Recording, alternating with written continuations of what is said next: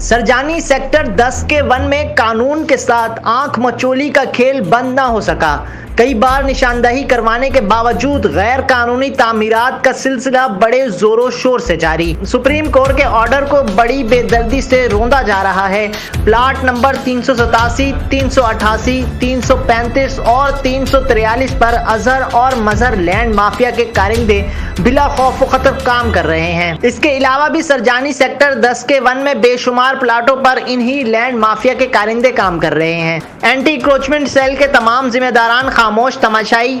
क्या कानून इतना बेबस और लाचार हो चुका है कि इन लैंड माफिया के खिलाफ कोई इदारा भी कार्रवाई करने से कासिर है? या इन लैंड माफिया ग्रोह के साथ इदारे भी मुलव्विस हैं? या इन इदारों ने सुप्रीम कोर्ट के ऑर्डर को जाली समझकर रद्दी की टोकरी में फेंक दिया है?